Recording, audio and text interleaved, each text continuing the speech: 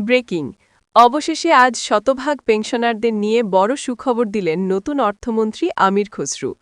আরও বিস্তারিত থাকছে পুরো ভিডিওতে। আসসালামু আলাইকুম। আপনি যদি একজন সরকারি চাকরিজীবী হয়ে থাকেন তাহলে সবার আগে নবম পে স্কেলের আপডেট পেতে আমাদের এই চ্যানেলটি সাবস্ক্রাইব করে ভিডিওতে লাইক করে দিন। অবশেষে বহু জল্পনা-কল্পনা, আলোচনা-সমালোচনা ও দীর্ঘ প্রতীক্ষার পর আজ নবম পে স্কেল নিয়ে বড় সুখবর দিলেন নতুন অর্থমন্ত্রী আমির খসরু। সাংবাদিকদের সামনে মুখোমুখি হয়ে তিনি যে বক্তব্য দিয়েছেন তা শুধু একটি ঘোষণা নয়, এটি লাখো সরকারি কর্মচারী ও শতভাগ পেনশনার পরিবারের জন্য আশার নতুন দিগন্ত খুলে দিয়েছে। দীর্ঘদিন ধরে যে প্রশ্নটি সবার মনে ঘুরছিল, নবম পে স্কেল আদৌ হবে কিনা, কবে হবে, কারা সুবিধা পাবে, আজ তার স্পষ্ট দিক নির্দেশনা মিলেছে। সাংবাদিকরা সরাসরি জানতে চান নবম পে স্কেল কবে কার্যকর হবে। অর্থমন্ত্রী জবাবে বলেন, এটি আর ঝুলে থাকার বিষয় নয়, নবম পে স্কেল অতি দ্রুত কার্যকর করা হবে। তিনি পরিষ্কার ভাষায় উল্লেখ করেন, এটি সরকারি কর্মচারীদের ন্যায্য প্রাপ্য। বছরের পর বছর যারা রাষ্ট্রের সেবা দিয়েছেন তাদের আর্থিক কাঠামো সময় উপযোগী করা সরকারের দায়িত্ব। আরেকটি গুরুত্বপূর্ণ প্রশ্ন ছিল, পেনশনাররা কি পূর্ণ সুবিধা পাবেন?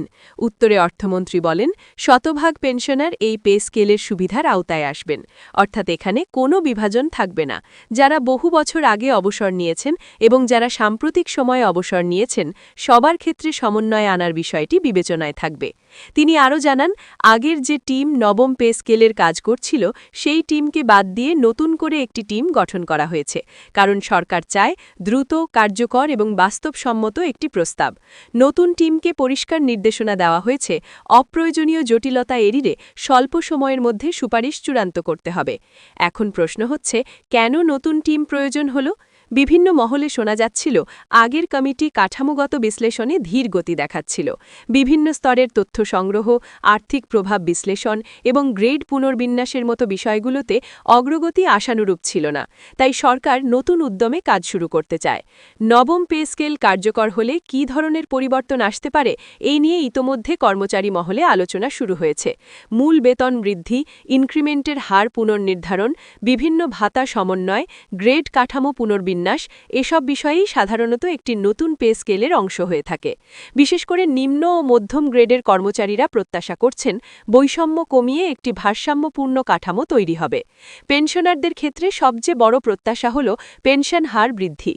বাজার দর, চিকিৎসা ব্যয়, জীবনযাত্রার খরচ সবকিছুই বেড়েছে। এই বাস্তবতায় পুরনো পেনশন কাঠামো অনেকের জন্য চাপ তৈরি করছে। অর্থমন্ত্রী ইঙ্গিত দিয়েছেন, বিষয়টি গুরুত্বের সঙ্গে বিবেচনা করা হচ্ছে।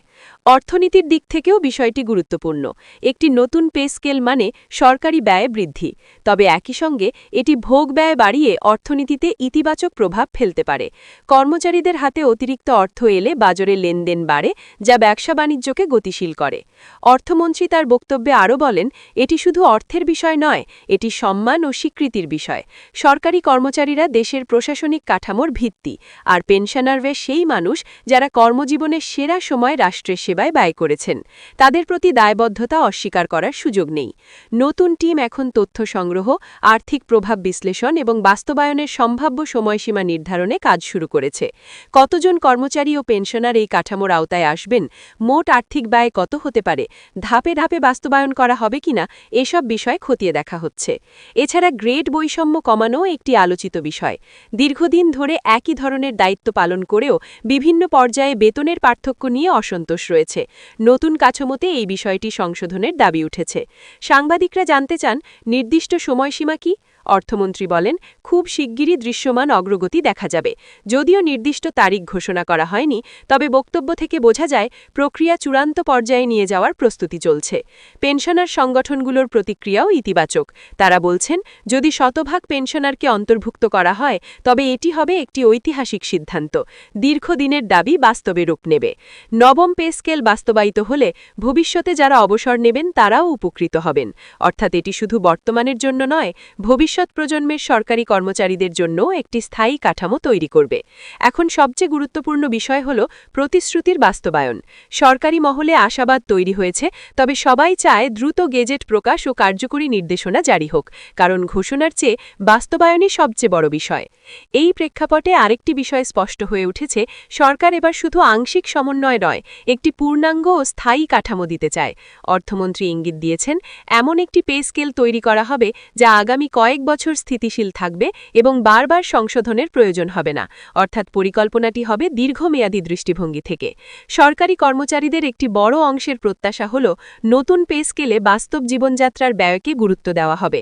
শহর ও গ্রামভিত্তিক খরচের পার্থক্য, বাড়ি ভাড়া, চিকিৎসা ব্যয়, সন্তানের শিক্ষা এসব বিষয় বিবেচনায় এনে একটি ভারসাম্যপূর্ণ কাঠামো তৈরি করা হতে পারে। এতে কর্মচারীদের আর্থিক চাপ অনেকটাই কমবে। পেনশনারদের ক্ষেত্রে আলোচনায় এসেছে নিয়মিত সমন্বয় ব্যবস্থার বিষয়টি। অনেকেই মনে করছেন, একবার পেনশন বৃদ্ধি করলেই সমস্যার সমাধান হবে না, বরং ভবিষ্যতে মূল্যস্ফীতির সঙ্গে সামঞ্জস্য রেখে একটি স্বয়ংক্রিয় সমন্বয় ব্যবস্থা থাকা দরকার। যদিও এই বিষয়ে এখনও আনুষ্ঠানিক ঘোষণা নেই, তবে নতুন টিম এই প্রস্তাবগুলো খতিয়ে দেখছে বলে জানা গেছে। নতুন পে স্কেল বাস্তবায়নের ক্ষেত্রে আরেকটি গুরুত্বপূর্ণ দিক হল প্রশাসনিক স্বচ্ছতা। অনেক সময় দেখা যায়, নির্দেশনা জারি হলেও বাস্তব প্রয়োগে জটিলতা তৈরি হয়। এবার সরকার চায়, চূড়ান্ত অনুমোদনের পর যেন দ্রুত প্রজ্ঞাপন জারি হয় এবং মাঠ পর্যায়ে তা কার্যকর হয়। এতে কর্মচারী ও পেনশনারদের মধ্যে কোনো বিভ্রান্তি থাকবে না। অর্থমন্ত্রী আরও ইঙ্গিত দিয়েছেন, এই প্রক্রিয়ায় সংশ্লিষ্ট সব দপ্তরের সঙ্গে সমন্বয় করা হচ্ছে। অর্থ মন্ত্রণালয়, জনপ্রশাসন, হিসাবরক্ষণ বিভাগ সবাই মিলে একটি সমন্বিত সিদ্ধান্তে পৌঁছতে কাজ করছে।